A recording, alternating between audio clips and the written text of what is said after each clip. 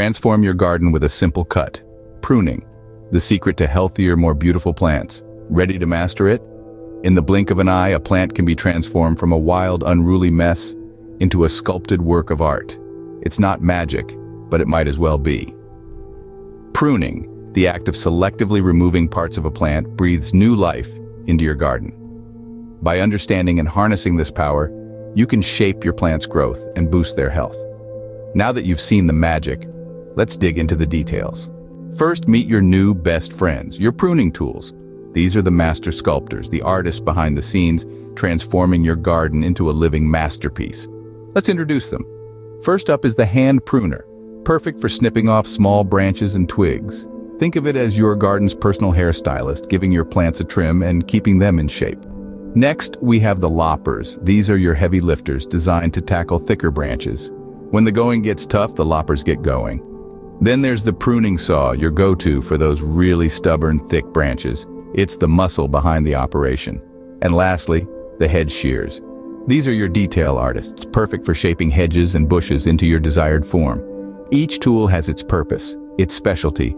Understanding how to use them is the first step in your pruning journey. With these tools in hand, you're ready to start pruning. So why prune? Let's dive into the benefits. Pruning isn't just about giving your plants a haircut. It's about setting them up for success. When you prune, you're making strategic cuts that encourage new growth, making your plants healthier and stronger. First off, pruning helps prevent disease. Overcrowded branches can create a damp, dark environment that's a breeding ground for fungi and bacteria. By thinning out your plants, you're letting in sunlight and air, which can help keep disease at bay. But that's not all. Pruning can also significantly improve flowering. By removing old, spent blooms, you're directing energy back into the plant. This means it can focus on producing more flowers, rather than wasting energy on seeds. The result? A spectacular show of blooms that can rival any botanical garden. And let's not forget about the shape of your plants. Pruning allows you to control the size and form of your plants. Want to create a beautiful hedge? Pruning is your answer. Looking to maintain a small, compact tree? Pruning can make it happen. The power is literally in your hands. But there's even more. Pruning can also stimulate fruit production. By removing excess branches, you're allowing your fruit trees to direct their energy towards producing bigger, juicier fruits. So, if you've been dreaming of a bountiful harvest, it's time to get pruning. And lastly, pruning can rejuvenate old plants. If you've got a plant that's been struggling, a good prune can bring it back to life. By removing dead or dying branches, you're allowing the plant to focus its energy on new growth. It's like giving your plant a fresh start. So, whether you're a seasoned gardener or a green-thumbed newbie, it's clear that pruning is an essential tool in your gardening arsenal. It's not just about making your garden look good, it's about fostering healthier, happier plants. Clearly, pruning is more than just a cut. It's a lifeline for your plants. Timing is everything. So, when should you prune? Well, it's not a one-size-fits-all answer. Different types of plants require pruning at different times of the year. For many trees and shrubs, late winter or early spring is ideal. The plants are still dormant, allowing for a burst of new growth come spring. But what about flowering plants? If they bloom in spring, prune them immediately after they've flowered. This gives them plenty of time to develop new buds for the next year.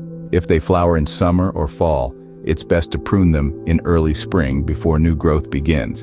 And let's not forget about evergreens. They can be pruned anytime, except in late autumn. Pruning them too late could lead to winter damage. So the key takeaway here is, know your plants and their specific pruning needs. A well-timed prune can make all the difference in plant health and beauty. Remember, when you prune is just as important as how you prune. Now for the fun part, let's get cutting.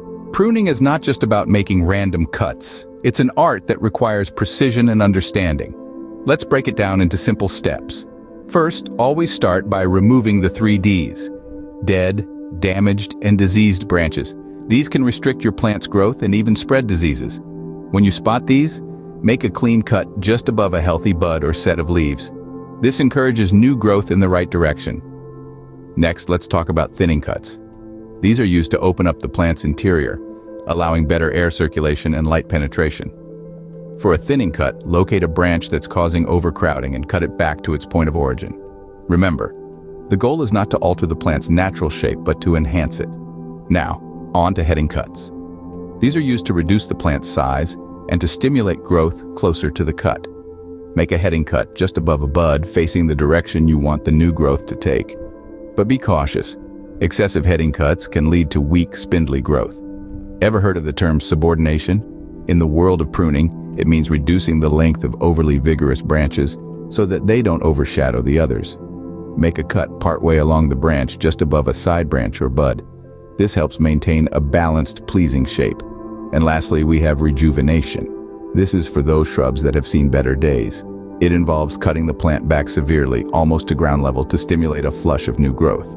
But remember, this technique is not suitable for all plants, so do your research first. Now, a quick note on timing. The best time to prune is when the plant is dormant, typically late winter or early spring. However, flowering plants are an exception. For those, prune soon after they've finished blooming. And there you have it. Simple steps to successful pruning. With these techniques, you're well on your way to becoming a pruning pro. Before we get too carried away, let's talk safety.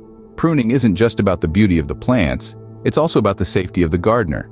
You'd be surprised at how many gardening injuries occur from improper handling of tools or neglecting to wear the right protective gear. That's why it's essential to gear up before you get down to work.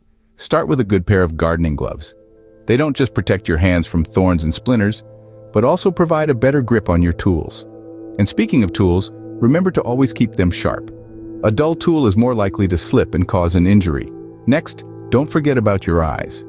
When you're snipping away, it's easy for small bits of plant material to fly up. A pair of safety goggles can save you a lot of trouble. Safe pruning is successful pruning. Always protect yourself. Want to give your plants extra protection? Let's make a DIY organic pruning sealant. This homemade remedy is not only cost-effective but also nature-friendly, perfect for those who love to keep things organic. So, let's get started. First off, we'll need beeswax and coconut oil in equal parts. Beeswax provides a solid base, while coconut oil adds a layer of natural antifungal protection. Melt these two together in a double boiler until they form a smooth mixture. While it's still warm, add a few drops of your favorite essential oil. This step is optional, but it can give your sealant a pleasant aroma and additional antibacterial properties. Lavender, tea tree, or thyme are excellent choices. Once you've mixed everything together, let it cool and solidify. You've just created your homemade pruning sealant. Now let's put it to use. After you've made a clean cut on your plant, gently apply a thin layer of the sealant using a small paintbrush or your gloved hand. This sealant will act as a barrier, protecting the cut from pests and diseases and aiding the plant's healing process.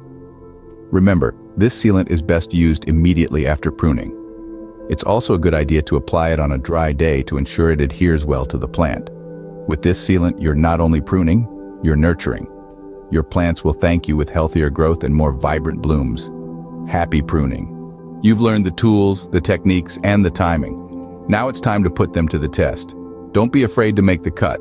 It's a gift to your garden, a breath of fresh air for your plants. Remember, pruning isn't just about trimming away the old. It's about making room for the new. It's about shaping your plants, guiding their growth, and helping them bloom into their best selves. Don't keep this newfound knowledge to yourself. Share it. Share the joy of pruning with your friends, your family, your community. And don't forget to share your results too. Show us your before and after pictures, your pruned plants bursting with life, your gardens transformed. Let's make the world a greener, more beautiful place, one prune at a time, because every cut matters, every leaf counts. So grab your shears, put on your gloves, and let's get pruning. Ready, set, prune. Transform your garden today and let the magic of pruning bring your plants to life.